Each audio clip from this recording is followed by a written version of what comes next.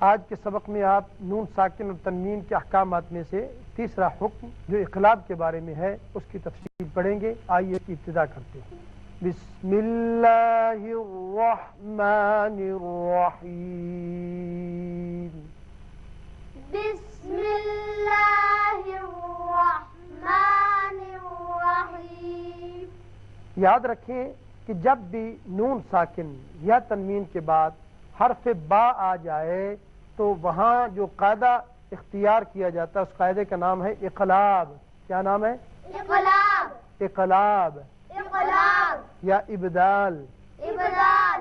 دونوں میں سے کوئی نام بھی آپ پکار سکتے ہیں، یعنی نون ساکن اور تنوین کے بعد اگر با آ جائے۔ اب چند ایک آپ کی مثالیں سن لیں۔ نون ساکن کی مثال ایک کلمے میں، جیسے یہ نون ساکن ہے بعد میں با آ رہا ہے، تو اس کو جب ہم پڑھیں گے تو اس اخلاب یعنی ابدال کی وجہ سے یہاں غننے کسی آواز پیدا ہوگی اور وہی ایک الف کے برابر یعنی دو حرکات کے برابر آواز ناک کے بانسے میں ٹھہرے گی۔ انبئونی،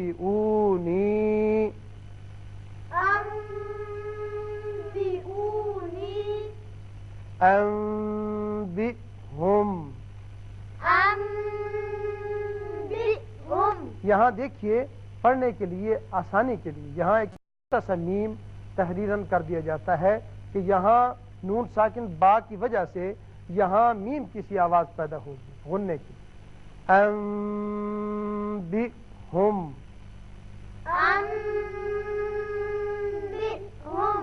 تنبتو، تنبتو، تنبتو، تنبتو۔ انبأہم، انبأہم، انبأہم۔ انبأہم۔ یہ تھی مثالیں جو نون ساکن کی ہیں اور ایک کلمے میں ہے۔ اگر نون ساکن کے بعد ایک کلمے میں با آ جائے تو اس کو کیسے پڑھنا ہے۔ اور دوسرا ہے نون کی مثالیں نون ساکن کی دو کلموں میں، کہ اگر ایک کلمے میں نون ساکن ہو دوسرے کلمے میں با آ جائے تو وہاں بھی اقلاب ہوگا اور اس کو یوں پڑھیں گے انبورکا، انبورکا، انبورکا، انبورکا۔ من بعد، من بعد، من بعد، من بعد۔ كمن باء، كمن باء۔ لیکن اقلاب ایک الف کے برابر ہو، زیادہ لمبا نہ ہو۔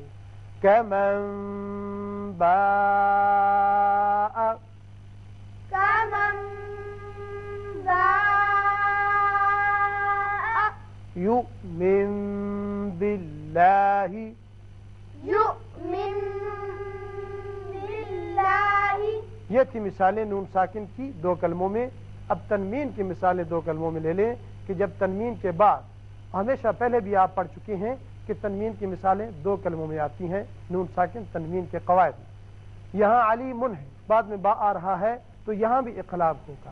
علیم بذات الصدور، علیم بذات الصدور۔ علیم بالظالمین، علیم بالظالمین۔ حکمت بالغۃ، حکمت بالغۃ۔ دو حرکات کے برابر اقلاب ہو۔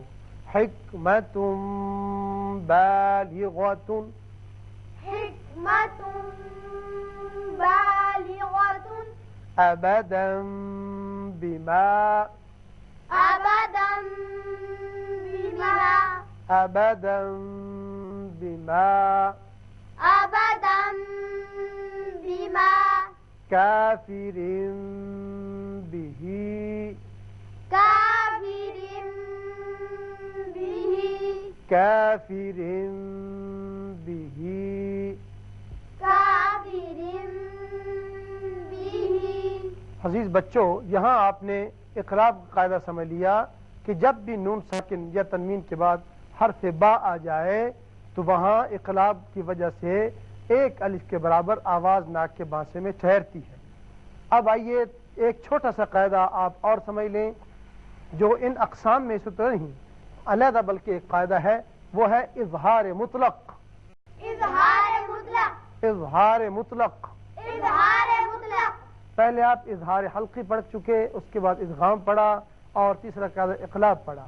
یہ علیحدہ قاعدہ ہے کہ نون ساکن کے بعد ایک کلمے میں، جیسے کہ آپ پڑھ چکے ہیں کہ جب بھی ادغام ہوتا ہے نون ساکن کے بعد یا تنوین کے بعد تو ہمیشہ دو کلموں میں ہوتا ہے، لیکن یہاں آپ دیکھ رہے ہیں کہ یہ چاروں الفاظ ایک ہی کلمہ ہے اور یہاں چاروں میں نون ساکن بھی ہے، یا بھی ہے، واو بھی ہے۔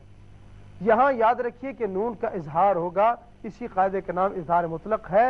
جب اس کو پڑھیں گے الدنیا نہیں کریں گے بلکہ پڑھیں گے الدنیا، الدنیا، الدنیا، الدنیا، نون کا اظہار ہوگا۔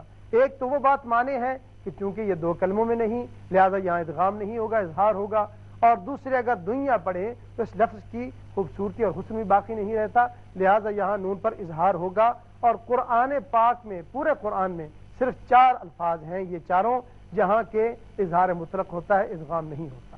الدنیا، الدنیا، بنیان، بنیان، بنیان، بنیان، قنوان، قنوان، قنوان، قنوان، صنوان، صنوان، صنوان، صنوان۔ یہ چاروں الفاظ آپ ذہن نشین رکھیے کہ قرآن پاک میں جہاں بھی یہ چاروں آئیں گے وہاں نون پر اظہار ہوگا، اس قاعدے کا نام اظہار مطلق ہے۔ اور نون ساکن کے بعد دو کلموں میں دو جگہ پہ قرآن پاک میں آتا ہے، لیکن یہاں بھی ادغام نہیں ہوتا بلکہ اظہار ہوتا ہے۔